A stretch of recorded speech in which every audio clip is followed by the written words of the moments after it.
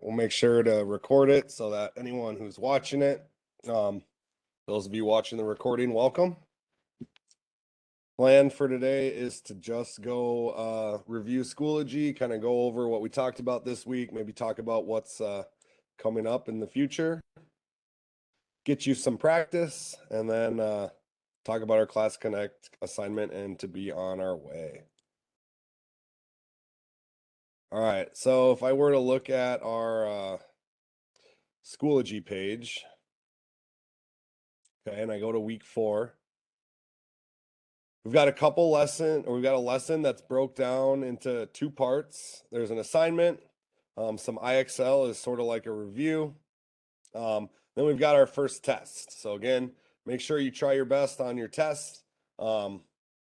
As again, it's the first one, so it might have more impact on our grade as we continue throughout the quarter. You'll have more opportunities to earn more points. And then remember to complete your notes. So again, I want you taking notes during the videos, writing down problems. So again, you can kind of find the completed notes here, blank notes if you want to use those. If you just want to write them on a piece of paper on your own, again, that's totally acceptable as well. Just submit those. And then we did start our next unit as well. So we do the first lesson of our next unit, getting started with that. I wanted to talk about inverse functions a little bit. That was kind of what that last lesson of Unit 1 is about. So let's kind of dig into that for a little bit.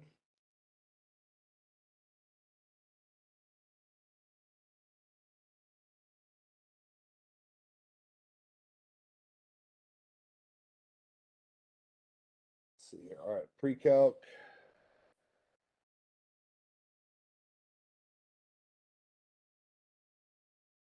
Inverse functions. Our goal when we're trying to prove inverse functions, our goal is to basically say that f of g of x is going to be exactly the same as g of f of x. So if we're able to do this, then we can prove that these two things are going to be inverses. So if I take a look at an example, let's say that I have f of x equal to x plus 1 over 3, and I have g of x equal to 3x minus 1. So the first thing I want to do is I want to look at f of g of x, which means every time that I see x, I'm going to plug in 3x minus 1. So I'm going to say, all right, 3x minus 1 plus 1 divided by 3. Well, if I start simplifying, I don't really need these parentheses. Minus 1 plus 1 cancels out, 3x over 3, which just gives me x. So I know that f of g of x is just going to equal x. Now let's try g of f of x. So g of f of x. So every time that I see an x, I'm going to plug in x plus 1 over 3. So as I do that, I get 3, oops, let's get rid of 3 x plus 1 divided by 3. Now, because I can see that I have this, and I still have minus 1 over here. Because I see that I have a 3 on the top and the bottom, I can cross them out. So all I'm left with is x plus 1 minus 1, which equals x. So I double check and I say, does this equal this? Yes, it does. So are these inverses? Yes, they are inverse. We proved it by taking f of g of x and g of f of x and getting the exact same thing. If I were to find maybe an example that doesn't work, let me see, I think I got it pulled up here. Give me 1 second. There we go. Just because I don't want to go through the whole thing, but I'll show you a worked out example.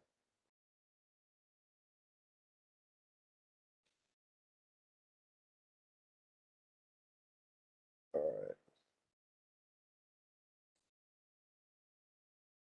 I look at, okay, I've got f of x equal to 5x minus 7 and I've got g of x equal to x over 5 plus 7.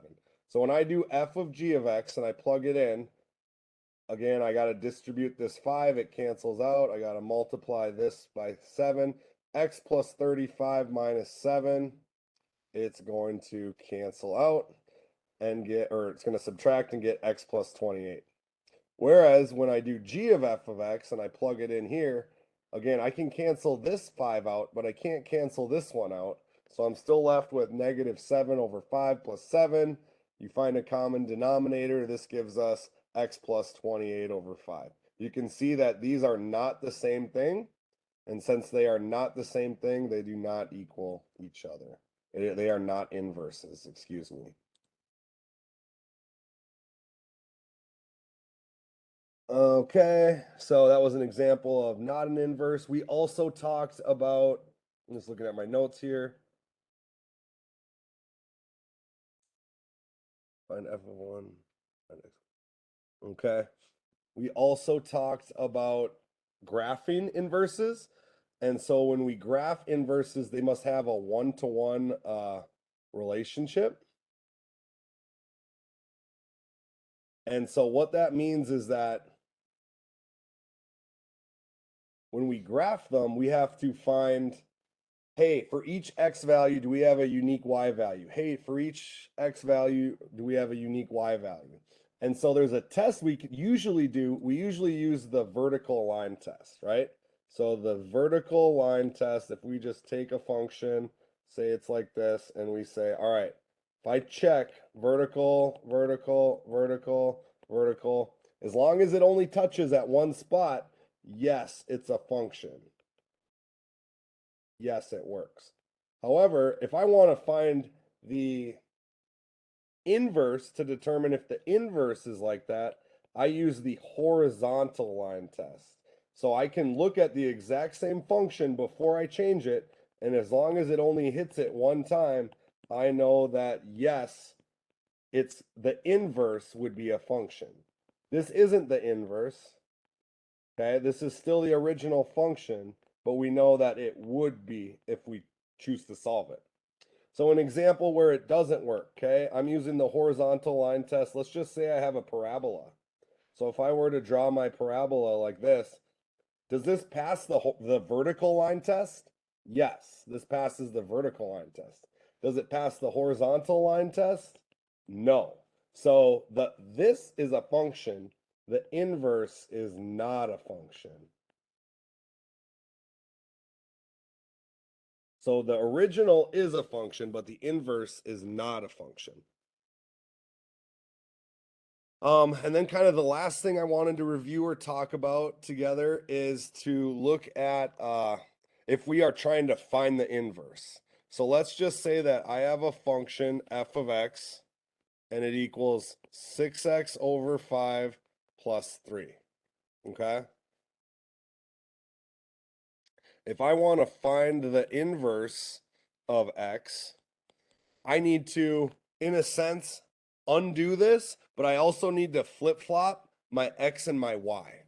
So what does that mean? So again, I'm going to highlight them. I'm going to call f of x can really be described as y. And what we're going to do is we're going to flip our x and our y. So I'm going to say, okay, this is my inverse is really like x. Okay, so x equals 6y over 5 plus 3. Now I got to undo this. So the first thing I got to do is subtract 3 on both sides. And so I get x minus 3 equals 6y over 5. This cancels out. Now to undo dividing by 5, I need to multiply the right side and the left side by 5. So this cancels out. So 5x minus 3. We can choose to distribute that later, or we can divide by 6, divide by 6. And again, our final answer, what is the inverse of this function? Okay, what is the inverse of this function? Is 5x minus 3 divided by 6. Notice that this is one way to describe or to note an inverse, okay? So f to the negative first power of x. All right, let's do some practice. I've got some, I'm going to show you what a graph of an inverse looks like, kind of review that, and then we'll do some practice.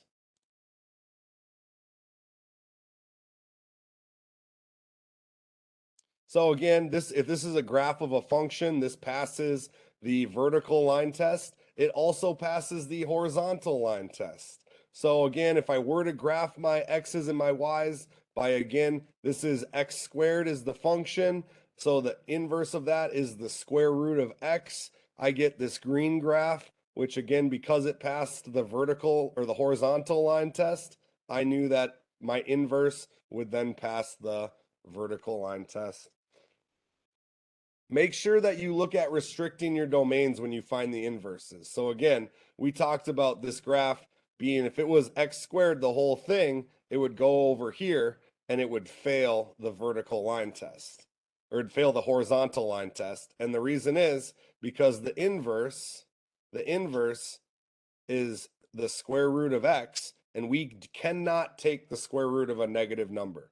It's not possible to take the square root of a negative number, which is why we had to restrict our domain to 0. We can't go into these negative numbers because if we did, it would start to curve down. Okay, it would start to curve down and it would fail the vertical line test.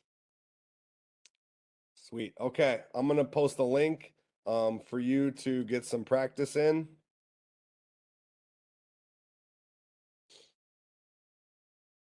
For those watching the recording, I'll share my screen and go through it so you can pause the video and try on your own.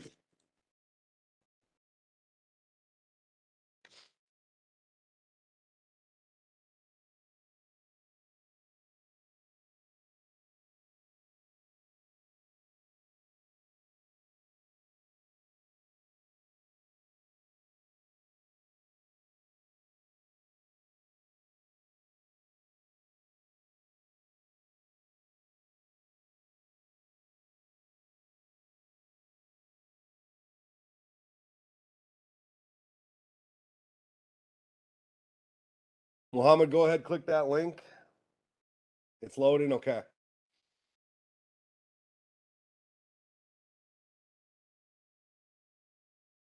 Yeah, some people were having trouble with it in my other classes. I'm not sure why.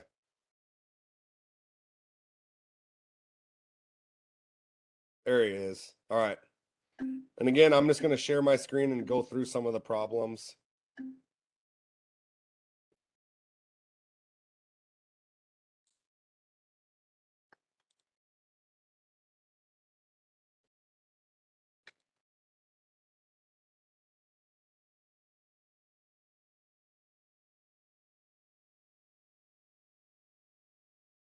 Oops. So, yep, find the inverse, swap the x's and the y's, solve.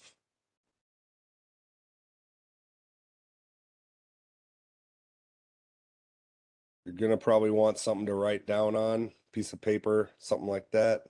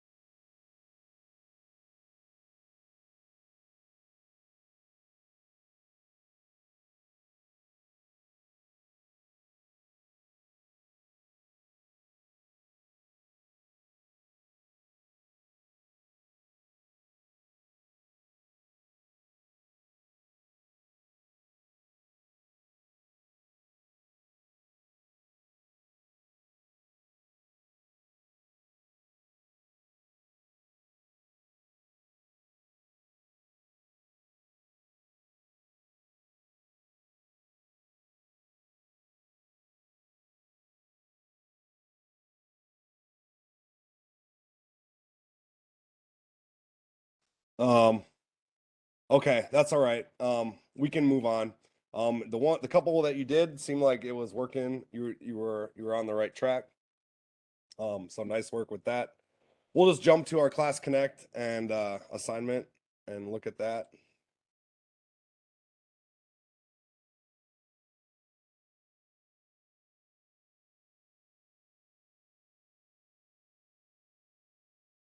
All right, so again, from our main page, right here is our assignments folder. I'm going to publish this.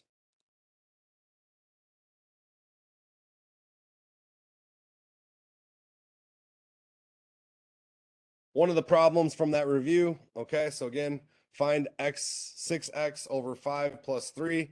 Let's go ahead. If we were to swap our x's and our y's,